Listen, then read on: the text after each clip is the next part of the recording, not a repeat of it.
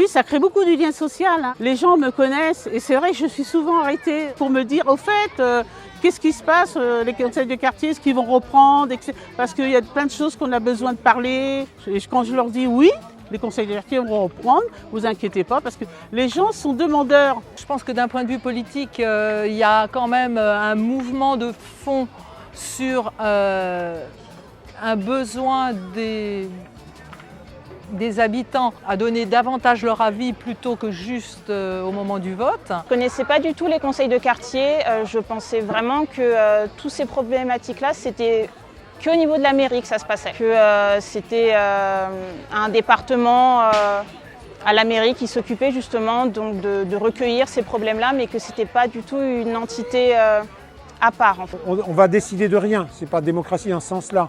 Mais on peut faire remonter des choses et faire connaître des points de vue, des avis. Et tout ce qu'on attend d'ailleurs, c'est que ces avis soient entendus et qu'on ait des réponses dessus, quitte à ce qu'elles soient négatives, à ce que ce qu'on souhaite ne soit pas physiquement, concrètement possible, parce que ça c'est tout à fait entendable.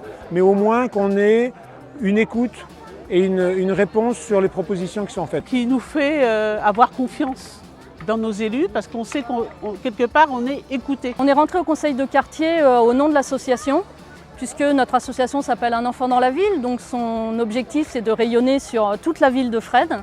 Et nous trouvions ça intéressant de pouvoir participer à la vie de la commune à travers ces conseils de quartier. C'est de faire remonter des réflexions individuelles pour les transformer en quelque chose de constructif, que ça ne reste pas que des revendications. Chez moi, il y a ça qui ne va pas, moi, il y a ça qui ne va pas.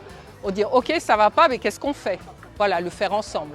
Quand nous avons rencontré des personnes de l'école Jean Monnet à Fresnes Nord, se plaignant de la cour de l'école qui était trop petite, ils étaient obligés de faire plusieurs sorties pour les récréations. Et la cantine, soi-disant, était trop petite aussi, il y avait des gros soucis. On s'est déplacé, on a été voir la direction. Et le projet s'est concrétisé. La cour de l'école a été agrandie. Ça, c'est un projet merveilleux. J'y vis, j'agis. J'y vis, j'agis, c'est très bien. J'y vis, j'agis pour moi et pour chacun.